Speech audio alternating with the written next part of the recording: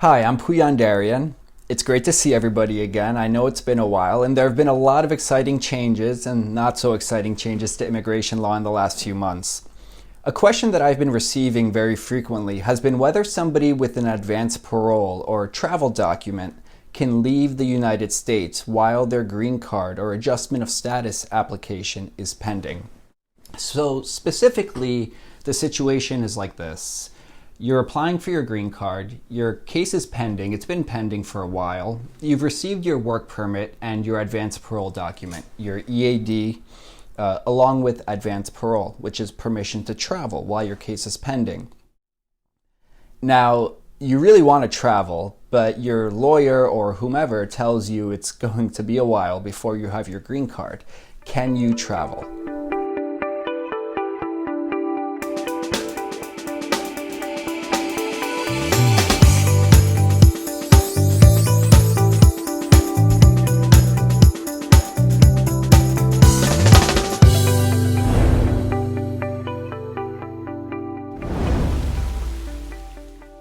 So the first question is whether you should apply for your advance parole document. Now this form is Form I-131, advance parole or travel document. And the answer to that is unequivocally yes. When you apply for a green card and you're submitting Form I-485 application for permanent residence, you should always simultaneously submit your work permit, I-765 application, and your advance parole or travel permit Form I-131 application. There's nothing to lose by submitting it. In fact, I summarily submit it for every single client, and recently some of them have actually been getting denied as a matter of public policy. But that doesn't matter. You should still submit it. There's no consequence to having that application denied when your adjustment of status application is based on an immediate relative, or in most cases, marriage to a US citizen spouse. Applying is one thing, and most of my clients historically have had these applications approved. The ones who've had them denied recently just had bad timing. There was public policy changes that have resulted in denial of these applications. Regardless of whether it's been granted or denied in the past, you can always, as a side note, apply for emergency travel permission if there's a dire need for you to leave the US. Let's say somebody abroad is dying and you can prove your family relationship to them. It is possible to schedule something called an InfoPass appointment where you demonstrate that you're related to this person, and USCIS can then issue an emergency travel document. But that's a little beyond the scope of this video. I want to get back to whether or not, if you've had your advance parole travel document approved, you should physically use it to travel. So as you may have guessed, the answer to this is probably no. I always advise against this, and the reason for that is because with advance parole, there's never any guarantee of re-entering the US. It's a completely discretionary form of departure and re-entry, and Customs and Border Protection can just say no without even providing a reason. In fact, they advise you that you are never guaranteed re-entry when you receive this document. So I always tell my clients the same thing. I'm going to apply for it. You'll probably be approved, but don't use it to travel. Don't plan any travel until you physically have your green card in your hand.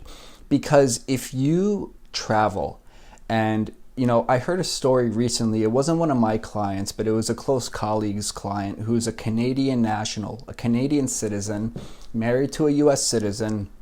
She was very confident in her ability to leave the US, visit her family in Canada while her green card's pending, and cross back over the border into the US. It was a short departure of 2 weeks, but the timing was very unfortunate. And when she tried to re-enter at the port of entry, the land crossing where she was driving back into the US, the officers denied her entry. And the reason they provided was, you're never guaranteed re-entry with advance parole. Sorry. And it was really devastating for that family, because now the husband had to leave the US and go live in Canada for a while, and Even more unfortunate, they had to transfer the entire case from the Department of Homeland Security, where it was pending, and kind of abandon the adjustment of status process. And now they have to consular process through Montreal in Canada. Not only was it transferring the case to a different government agency, the consulate abroad, which is the Department of State, but the process is now significantly more complicated because this Canadian national had lived in 6 or 7 different countries since she was 16 years old. And something that is not required in the US for adjustment of status applicants is a police certificate from each country where you've lived after age 16. Now, at the consulate in Montreal, she has to show that she has no criminal history in these 6 or 7 different countries where she's lived. She has to travel to some of those countries. She's unable to travel to some of those countries because of COVID-related travel restrictions. It's a complete nightmare. I don't see this case resolving for another year or two personally in this particular fact pattern, but hopefully if something like that happens, there will be ways to mitigate the consequences. I'm just trying to give you an example of a really bad situation that has turned substantially worse because somebody just thought that they could travel freely. Okay, so you might be wondering, if your advice is to not travel, why should I even apply? Really good question. So I just gave a terrible fact pattern where this person's life was pretty much turned upside down and they need to change their plans for the future. But in reality, most of my clients who have decided to travel, who have understood the risks and taken those risks, understanding what could happen, have been able to re-enter the US. It's really important for you to speak with your attorney or an immigration attorney to see what the best advice is at that moment, because public policy on this, especially under the recent administration, has been just shifting continuously, especially with all the COVID-related restrictions and travel guidance. So it's really important to just have all the updated information to make and take the most calculated risk possible if you decide that the benefits outweigh the costs. So why should you even apply? Because let's say you have a green card pending in the US and there's a family member abroad who is literally dying or something terrible is happening, and you understand the risks, you understand the costs and the benefits, and you determine that you really don't have a choice and you need to travel. At the very least, if you have a re-entry document, you have a pathway to come back. And like I said, most of the time, the vast majority of my clients who've left have been able to re-enter the US and continue with the adjustment of status process without incident. I'm just saying there are some risks involved and you need to take a calculated risk. If you're going to do that, you need to consider all of the variables.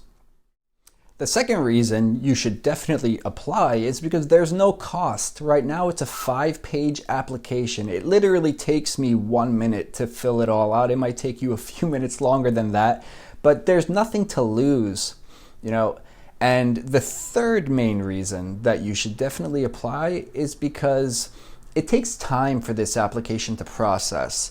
And if you have a green card pending and your thought process is something like, down the road, if I really need it, I'll just apply for it. He said it was free. Well, first of all, that might not be true in the future. But also, it takes time for this application to process. I mean, right now, it's taking like 5 months for the work permit and advance parole document to be issued, even though the regulations say that the work permit is supposed to come within 90 days. It's something that's just a fact of life at this moment. So you have nothing to lose, and it's not going to delay anything or speed anything up. It's just another option you'll have down the road, and I would definitely recommend that everyone apply for it when you're applying for adjustment of status, a green card through a U.S. citizen spouse in the United States. All right, guys, so I know that this is a somewhat complex topic and I wouldn't advise you to travel. If you take away anything, please take away that I would not advise you to travel outside the US without at least speaking to an attorney about it. If you want somebody to discuss your particular needs, please give me a call at 914-885-3961. You could also text that phone number or check out my website, darianlaw.com. You could also email us, contact@darianlaw.com. I know there's a lot of mayhem going on out there with the pandemic and whatnot, but we are fully functioning and operational. So if you need anything, please reach out and stay safe.